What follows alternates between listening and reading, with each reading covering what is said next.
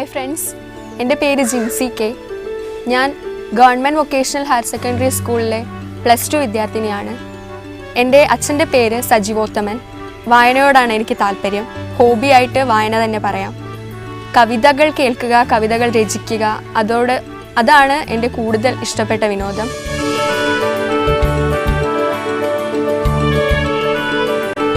കവിതകളാണ് എനിക്ക് ഏറ്റവും പ്രിയപ്പെട്ടത്.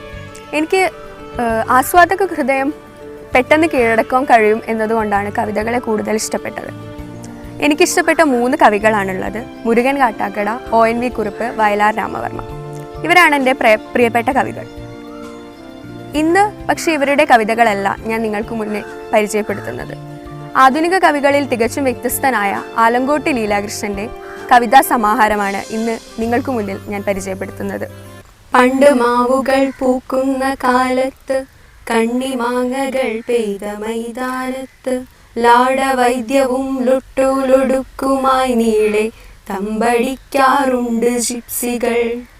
ചെക്കുവംശജരല്ല, സ്ലോവക്കല്ല, ദിക്കുതെണ്ടും ബൊഹിമിയക്കാരല്ല, എങ്കിലും നാട്ടുപേരവർക്കുണ്ടായി ജിപ്സികൾ, വംശമറ്റ നാടോടികൾ. ഈ കവിതാ സമാഹാരത്തിൽ 100ഓളം വരുന്ന കവിതകളാണ് കവി എഴുതിയിട്ടുള്ളത്. അതിൽ ഒരുപാട് വ്യത്യസ്തമായിട്ടുള്ള പ്രമേയങ്ങളെ പ്രതിപാദിക്കുന്ന ഒരുപാട് കവിതകളാണ് ഇതിലുള്ളത്. 100ഓളം വരുന്ന ഇത്തരം കവിതകളിൽ നിന്നും എനിക്ക് ഏറ്റവും പ്രിയങ്കരമായി തോന്നിയത് ജിപ്സികൾ എന്ന് പറയുന്ന കവിതയാണ്.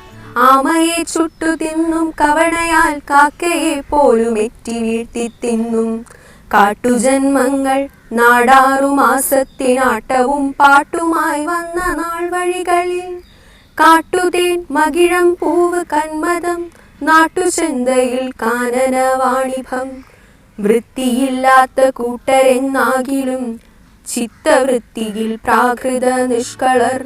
ജിപ്സികളെ കുറിച്ച്, അവരുടെ യഥാർത്ഥ ജീവിതം എങ്ങനെയാണ്, അവർ സമൂഹത്തിൽ എത്രത്തോളം വില കൽപ്പിക്കപ്പെടുന്നു എന്നതെല്ലാം ജിപ്സികൾ എന്ന ഈ കവിത നമുക്ക് പറഞ്ഞു തരുന്നുണ്ട്.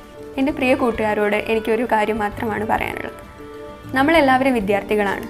വിദ്യ അഭ്യസിക്കുന്നതോടൊപ്പം വായനയ്ക്ക് വേണ്ടി അല്പസമയം നീക്കിവെക്കുന്നത് അത്യാവശ്യമാണ്.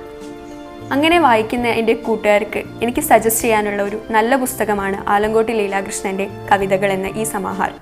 അപ്പോൾ ഈ സന്ദർഭത്തിൽ എൻ്റെ പ്രിയ കൂട്ടുകാരോട് എല്ലാവരും ഈ പുസ്തകം വായിക്കണം എന്ന് മാത്രമാണ് പറയാനുള്ളത്.